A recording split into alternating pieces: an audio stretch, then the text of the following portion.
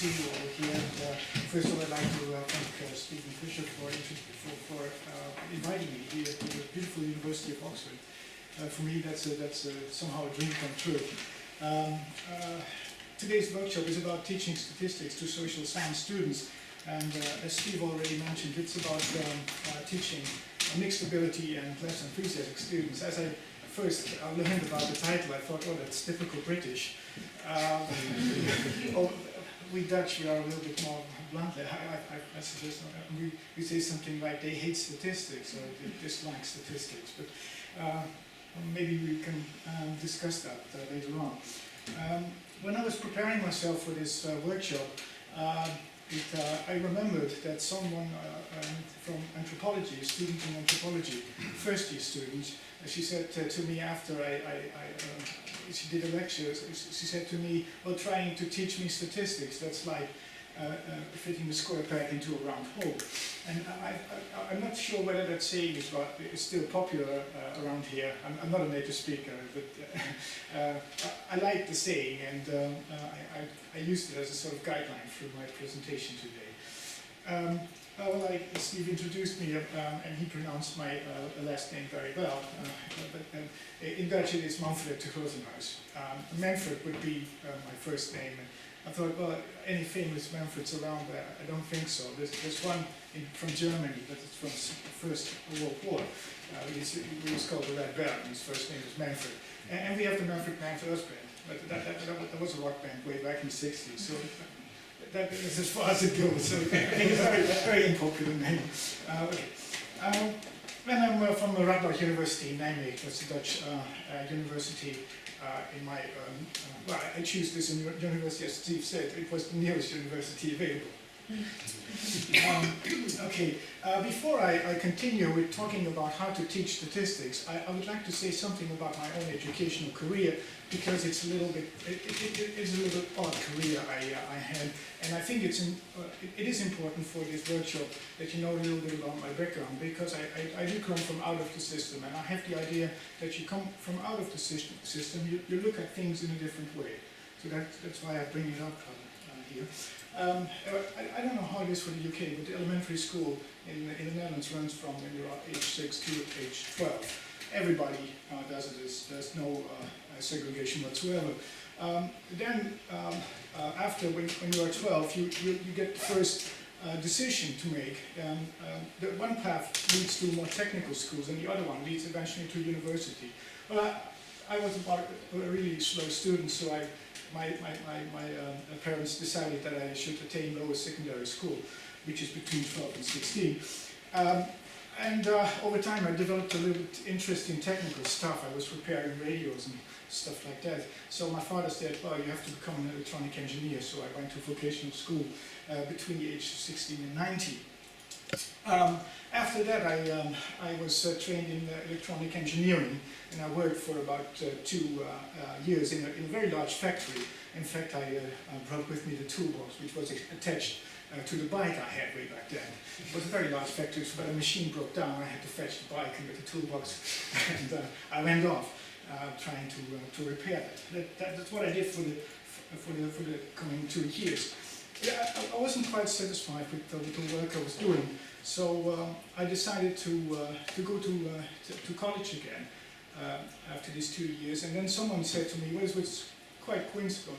Someone said to me, I think you should be on university instead. So at the age of 23, I entered university, and that's the way I came there was quite odd. I think there are not many students that follow that path, and it's not possible anymore. There are made restrictions to that.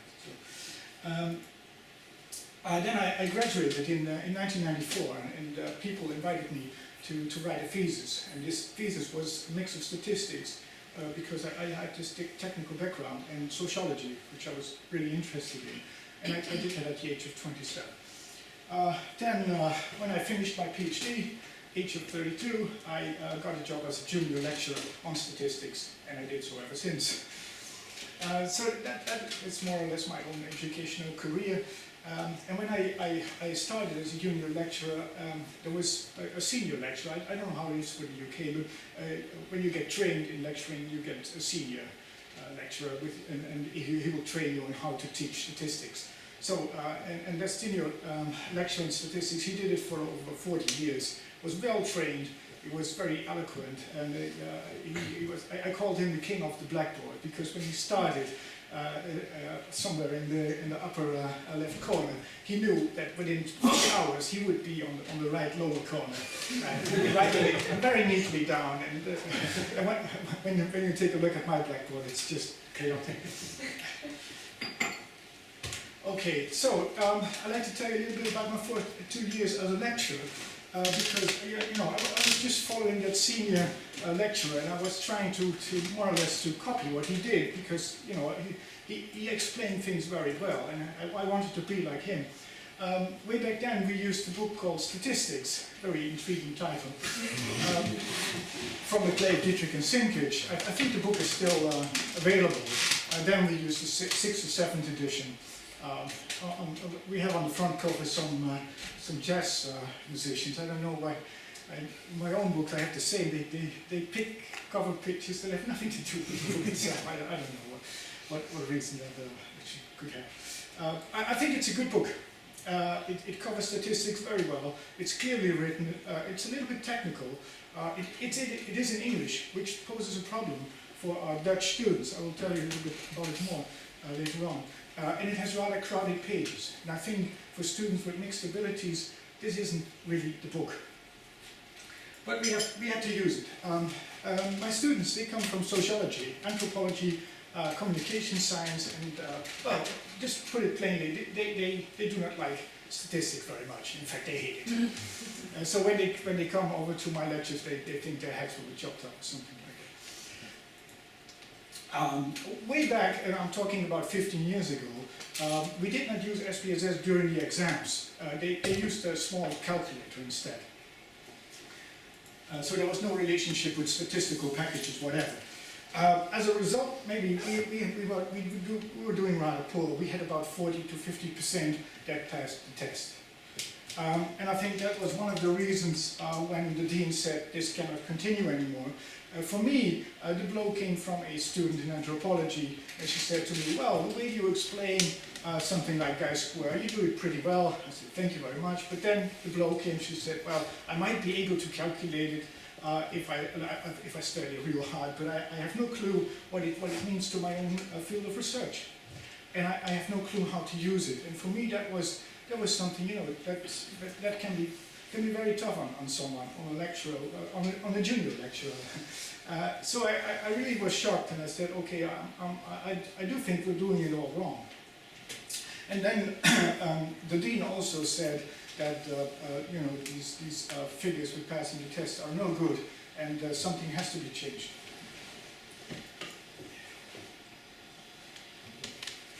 So, what went wrong actually?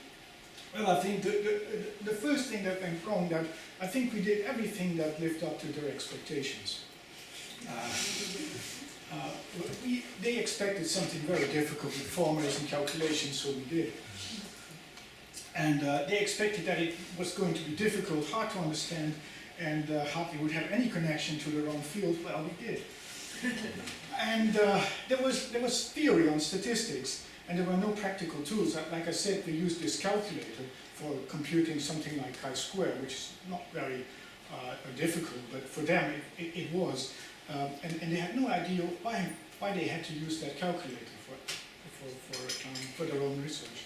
So I guess using the calculator was not completely wrong, but it was way off the mark.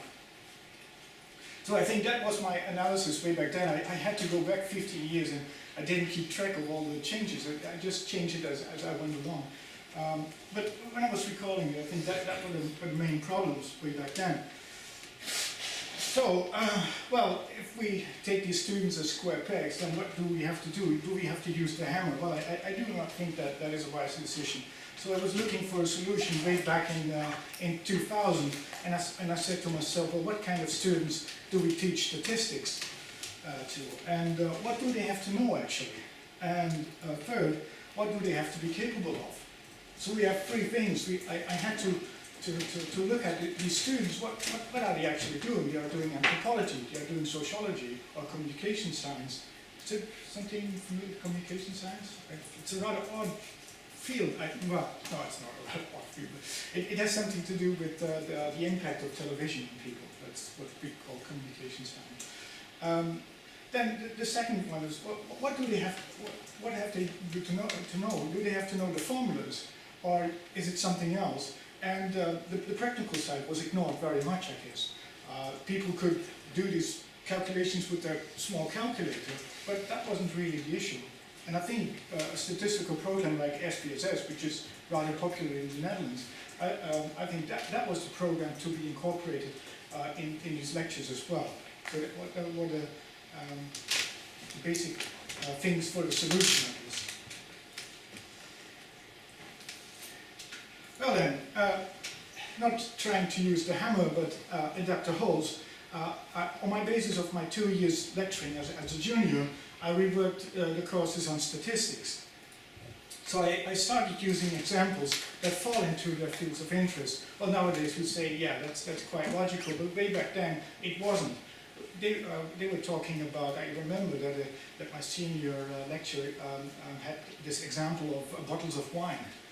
There was a large sample of bottles of wine, and each contained 2 liters of wine, and there was variation in these bottles of wine, and people had to test whether these bottles had 2 liters on average or not.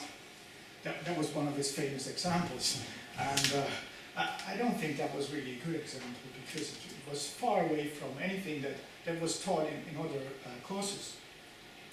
So what I did, I went into the field of anthropology, and I noticed that anthropology is a qualitative field of interest, I guess, but there is also quantitative data available. But I think when I Googled it, it turned out to be about 15% is quantitative. And the dean, she wanted that these students in anthropology were also qualified in statistics. I mean, you can completely refrain from that, but when they go into the labor market, they do face a problem, because they cannot be all anthropologists. In the Netherlands, for my department, we have about 100 students that graduate, so we have 100 anthropologists, but there's simply no work for them. So the dean said, wouldn't it be wise to give them also a statistical knowledge of testing hypotheses and stuff like that? So that was the main reason that statistics came in 20 years ago. All right, sorry, I should have mentioned that before. So I came with this example of aboriginals. Maybe you know that aboriginals, when we take a look at income distribution and calorie intake, they're a lot different from the white population. So if you start out not with bottles of wine, but if you start out with, well, I heard about this research done on aboriginals, and I have some figures for you, then you caught their attention just before any formulas or whatever comes along. About communication science, I found some studies about watching television, what it does to you. And I talk about life expectancy way back in 1899. That's sociology, that's more or less my department. So I will give you, in a few minutes time, I will give you an example about life expectancy. Not so much about the content itself, but about the way I present it to these students. The students, like Steve already said, they are very mixed in ability. Some are very bright, and they eventually turn into PhD students, research master. Maybe they are somehow comparable with the Oxford students, if I may say so. But there are also students that cannot calculate something like a mean. They do not know how to do that. So my purpose for all the lectures is that I start out with nothing. When I start my first lecture, I say, okay, I heard that you all hate statistics. And maybe that's true.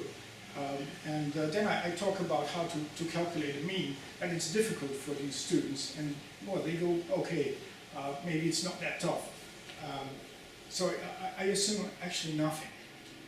That is a bit of a drawback for the brilliant student who thinks that, okay, yeah, go on with it. But for the students who are, the majority of the students find it very interesting that I just come up with an example where I say, okay, this is the way how to calculate a mean. Okay, well, these themes, like I said, they are taken from courses that already have been taken or future courses.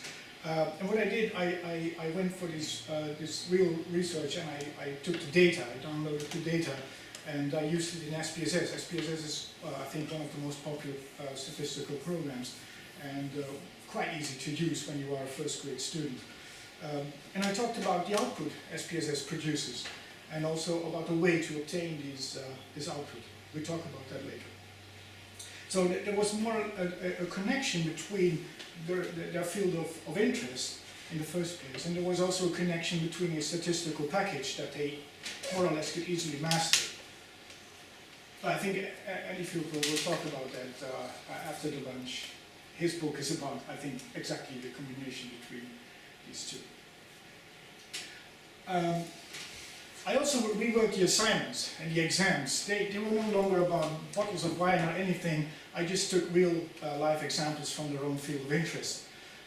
And I invited them to analyze, to reanalyze the data, and to interpret the data, and to write about it. I think the last thing is also important. They're not just reproducing figures or anything. No, they have to write it down, that, like another anthropologist, who is not into statistics, can understand what they had analyzed. I mean, that is something that has to be taught as well. Then, especially for the first graders, I decided that attending classes and the weekly assignments are compulsory. That sounds a little bit, like old school stuff, like you have to do it otherwise. But if you don't do it, well, at least in my department, if I let go of the compulsory aspect, then they don't show up, or they do nothing with their assignments, and then my whole castle of assignments and lecture and knowledge, it just crumbles, and they won't pass the test. I noticed that students who always, I'm not it's not saying that compulsory means that they have to be attending class every hour and every day. I mean, you can be sick, or there can be anything. That's no problem. But on average, I want them in my classes, and I want these assignments that they're actually working on that. Because I noticed that the students who are attending my classes on a regular basis, and they do the weekly assignments on a regular basis, they will pass the test. And those who don't, they will not pass the test. So I think, especially in the first year of their study, compulsory classes and weekly assignments is very useful. The exams I changed also. It's not about statistical theory as such. It's about statistical theory and the practical skills. I test them both. So they get some problem on their hands. Like, well, there is someone from anthropology who brought along this data about Aboriginals, and he wants to know whether there is a difference between Aboriginals and the white population when it comes to calorie intake. And these are the data. So can you please provide this person with the right statistical information?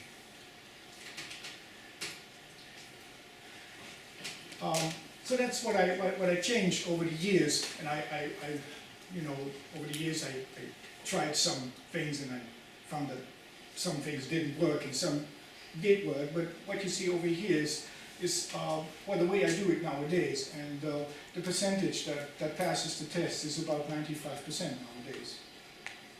And I think the statistical knowledge and the way to produce the results and the understanding of statistics has improved. I can talk for hours about it, but I think it's wise to just give you one example about one of the most basic things in statistical knowledge, and that is the central limit theorem. I don't know if some of you are not, I don't know if everybody knows the central limit theorem, but that's irrelevant. I'll just show it to you, and maybe you can step in the shoes of an anthropologist who knows nothing about this whole idea. And well, let's see where it takes us. To have the students' attention, we're talking about sociologists now, and one of the things that they learn in classes is something about demography. And one thing I picked up from the Central Bureau of Statistics in the Netherlands is a beautiful data set from census data. Every Dutchman had to fill in a form way back in 1899, and it leaves us with about 5.5 million cases. So I have the information of 5.5 Dutch people way back in 1899. It's all in a digital file nowadays, so I could download it and I could present it to my students. Excuse me. And this is how it looks like. And I also train them to come up with this so-called histogram. And what you see here, and I hope I'll have their attention, that the whole age distribution way back then is completely different from what we know now. It's a sort of triangle. Many people were born, but as you can see, there is almost a triangle where the number of people who get older are diminishing very fast. And I think there were 10 people who reached 90 way back then. I also talk a little bit about things like here. There is a sort of dip in the age distribution, and at that time when these people were born, there was potato disease. That was the time when people from Ireland went over to America, and it also hit the Netherlands. So those people were a little bit weaker on average than the others, and that explains the dip in the triangle. So that's just to have the students' attention. So what I do next is I introduce something like the mean. For some people, for some students, they don't know anymore what the mean is. They somehow in school they taught them, but they've just forgot, or they do not know exactly what it was. So the mean age is 27.1, which is kind of low. It just rapidly increased over the years. And then I have to introduce something that finds students very difficult, and that's the standard error of this distribution or standard deviation. It's 20.6 years, meaning that on average a Dutchman is 20.6 years away from the average. That's the way I explain something like standard deviation, standard error. Then the interesting part comes in, I hope. It was a couple of years ago when some of our Dutch people were kind of successful on playing darts. I mean, you remember the embassy, there was this guy, Raymond from Bonneton, and was doing pretty well. So I thought, okay, maybe I can introduce playing darts to something like the central limit theorem. So I said to my students, okay, let's assume that you got a couple of darts and just throw them at this age distribution. Well, here it goes. So students look at it and say, okay, yeah, well, throwing darts at this histogram, okay, and it's blindfolded, so they don't know exactly what they are hitting. That's where I explain a random sample, because that is what it is. People do not know exactly what people they pick from the histogram. They just play they throw blindfolded darts at this histogram. Then I say to them, well, if every dart just picks one person, can you tell me something about the distribution that comes out of throwing these, say, 100 darts in this histogram? But it may come as no surprise that many students have a notion about it and say, well, it should look something like the triangle you just showed us. Well, that's an important notion for them, meaning that if you take a sample out of a population, then the distribution of that particular variable will be very much similar to the distribution in the population. So that's the way I teach them, and I just put some text around it that they understand.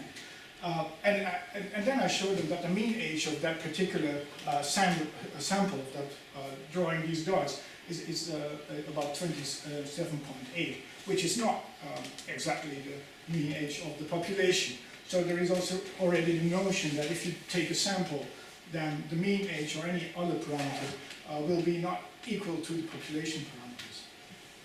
And then we take a twist, which normally students find very difficult, because I say to them, okay, you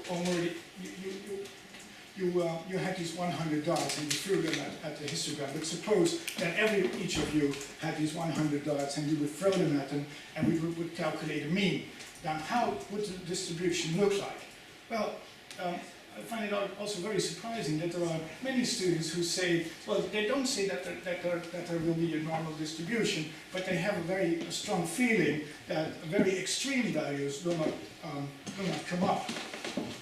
And that's the whole notion of the central limit theorem, which claims that if you take a random sample and you do it pretty many times, then the distribution that comes out of it is a normal distribution. So they have sort of would play these dots, they have a feeling about how it works. And I programmed it all in SPSS so they can practice and find out themselves how it works. Then I have some technical information about the standard deviation or the standard error in this distribution.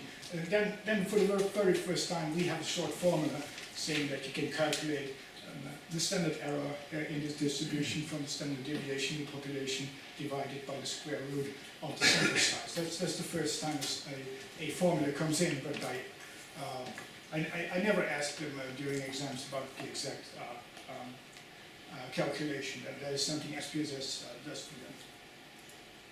Okay, well, then when they have this notion about, okay, when we do a lot of samples, then something like a mean will have this sort of normal distribution, then we can introduce something that is called the 90% confidence interval.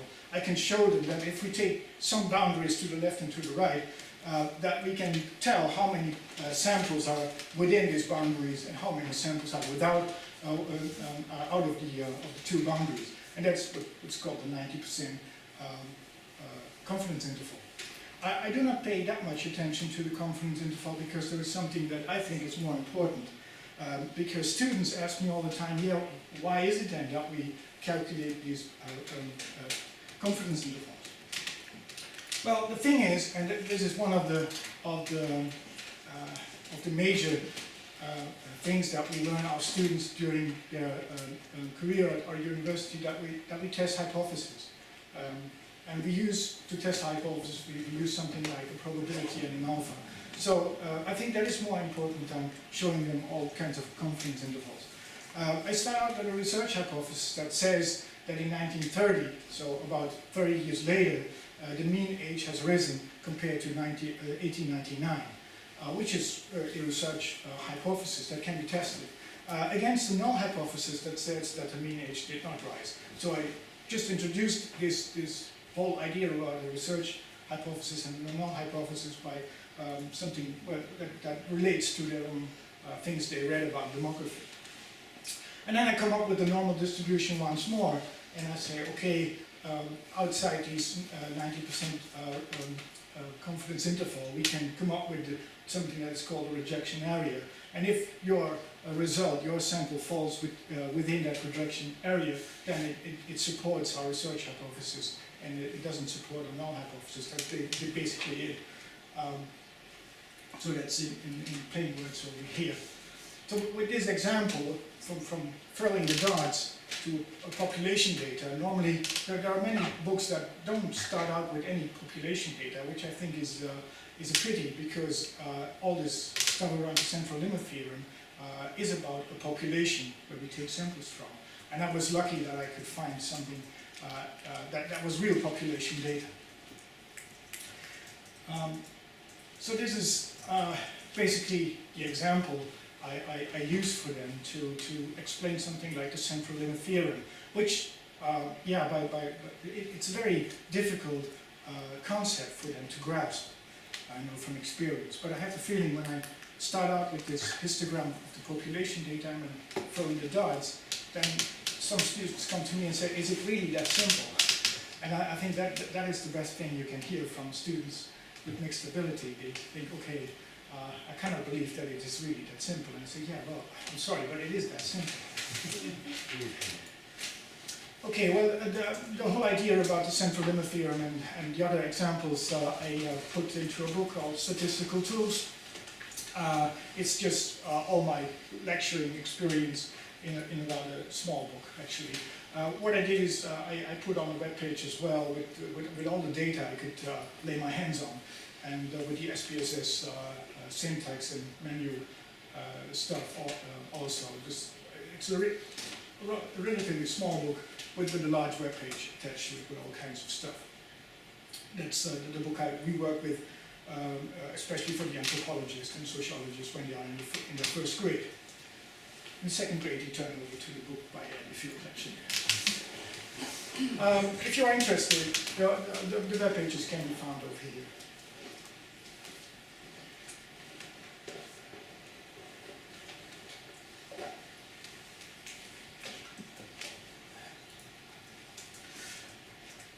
Um, well, there is always this discussion when you are using SPSS whether you should use the syntax or use the menus. I don't know if you're acquainted with the program, but this program is rather user-friendly because it has these menus where you can just, with a mouse click, you can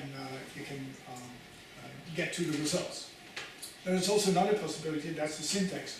The things that are behind the menus, you can type in yourself. So this is just an example of how to produce the distribution of age, the population distribution that I just showed you. You just can type in the following text, and SPSS will produce this histogram of the population of the Dutch people back in 1899. I put it all in a book called How to Use SPSS Syntax. I brought it along with me. It only has a different cover because they, at Sage, thought it would be the best cover available. I didn't agree, but I had nothing to say in it. At least it is a dark picture, and I wrote it when it was dark, so that's an intention. And it was written to, I don't know if you are acquainted with the SPSS manual. It's a 2,000-page book. It's awful. You cannot read it. And I thought, okay, just for an introduction, I wrote this book, which is very low standard. There's no assumptions involved about any knowledge. So second grade students are, they learn pretty fast. Another example I brought with me is a testing of hypotheses. So I just showed you how the students can produce that particular histogram with the population data in it. And I brought along an example of how to test the number of kids in the Netherlands. That's another thing from demography. In the Netherlands, the number of children for a married couple on the average is below 2. That means that the Dutch people are diminishing. And we wanted to test that. So here is the actual t-test. They had to put in this text in SPSS, it's a syntax rule about the t-test, and the null hypothesis says that the number of kids for a married couple on average is 2. Well, we have the idea that it is below 2. And they just test it, and here it is, here's the mean difference. So in the sample, the average number of kids in the Netherlands is way below the number 2, and we have to test it whether that is significant. So we have to come up with the p-value, and that is what I trained them to do. So it's not about any formula or something, it's about how to perform this t-test and how to interpret the outcomes of SPSS correctly. And they have to write about it in an essay. So they have to come up with some theory that says that the number of kids is diminishing in the Netherlands, the number of kids per married couple. And they have to come up with some theory that says so. And then they have to perform the test, knowing that there is a central limit theory behind it, and knowing that they have to look for the p-value and compare it to some kind of criterion. That's the whole idea. And then they have to write an essay that says, okay, I tested this hypothesis, and they have to write some sort of text that is readable for anyone with no statistical knowledge. That's more or less the assignment for this t-test. Well, like I said, there is always a discussion when you are dealing with SPSS whether you should use the syntax or choose the menus.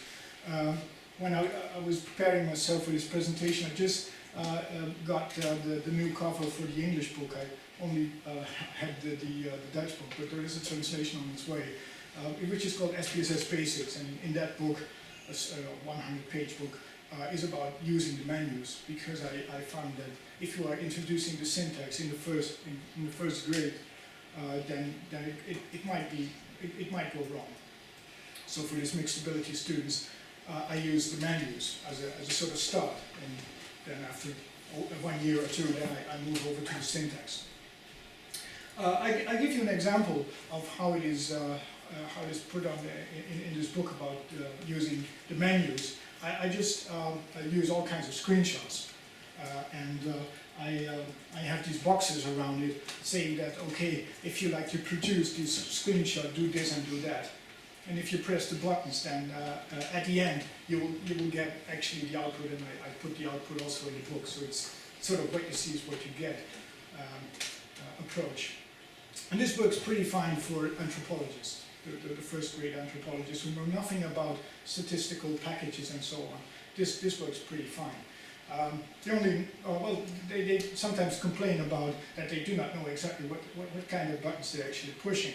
But that is something that returns when I lecture about t-tests, and then it all comes together. So I sort of just took it a little bit apart from it. This is really just learning how to push SPSS buttons, so to say. Okay, then very shortly, the weekly assignments. This is just one example I brought with me, which can be found on the web pages. It's very low level. I just asked him, this is the very first assignment they got. It's just about downloading the data, and I only asked them over here, let's see. The first question is how many units of analysis are actually stored in that particular data file. So they are forced to open the data file and take a look at all the rows, because something like a data matrix is completely new to them. So you have to keep that in mind. And then I asked them how many men and women are in the file, and so it builds up to actually, in the end, to a t-test. So it's very basic, actually, in the beginning. The examples are also on the web pages I showed you. For the exams, I choose a multiple choice exam because I integrated SPSS with statistical theory.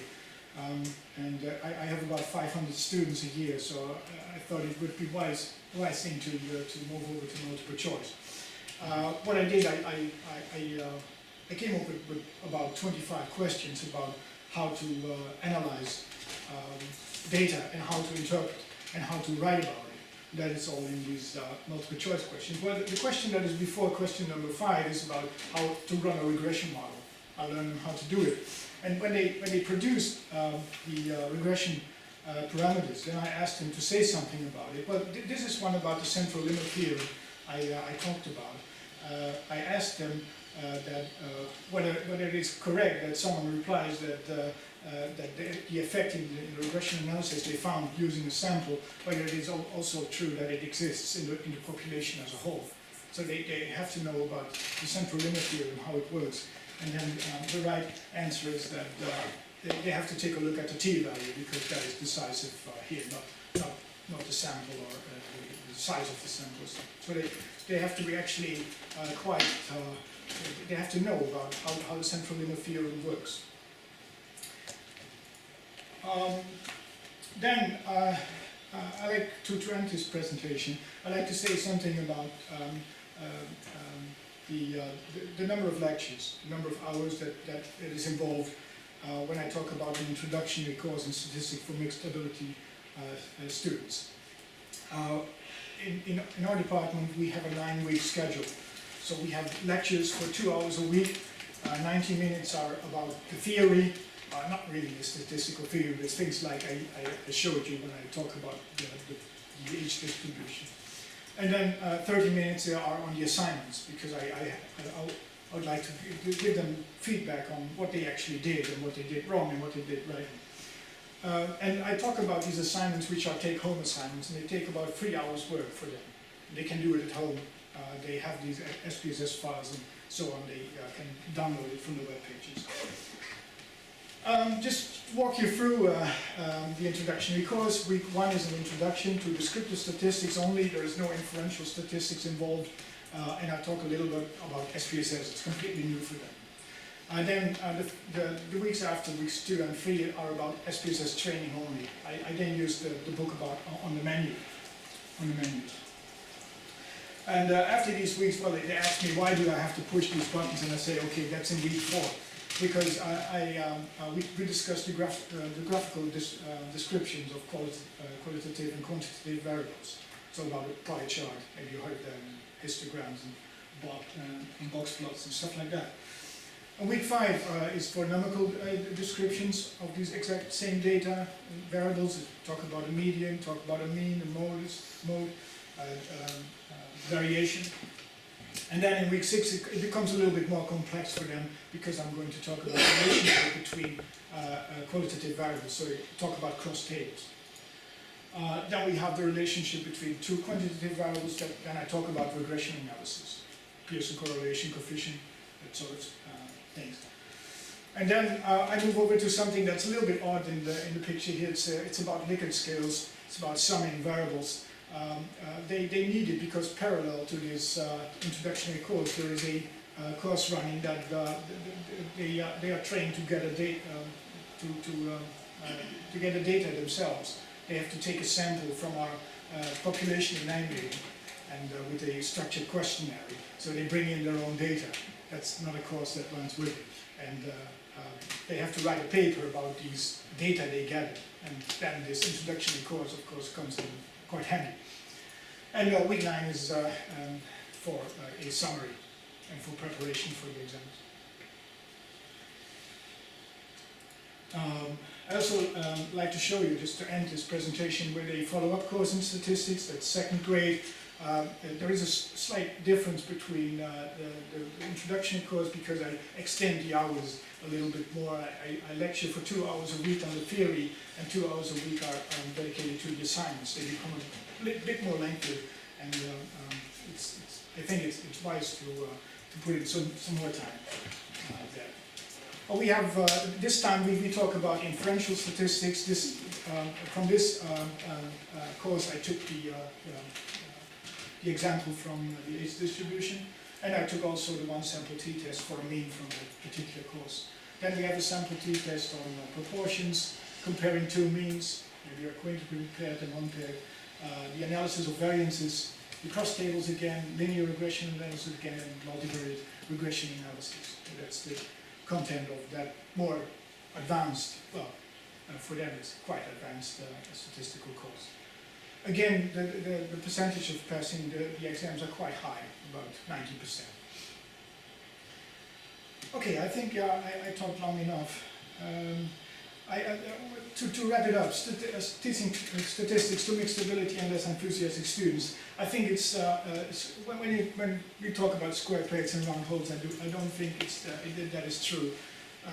One can even teach rather complex statistics to these students when one takes into consideration the topics that are popular in their own research group, just to get their attention and show how statistics can be a useful tool. And I think it's wise to avoid mathematics as much as possible, because that is something that is just too much for them. And they don't need it. And with the use of weekly assignments with a clear link to their field of interest, and I use SPSS as a workhorse, and yeah, I think this schedule can be helpful for these kind of students. Okay, with this last one, I'd like to end my presentation for today. Thank you very much for your attention.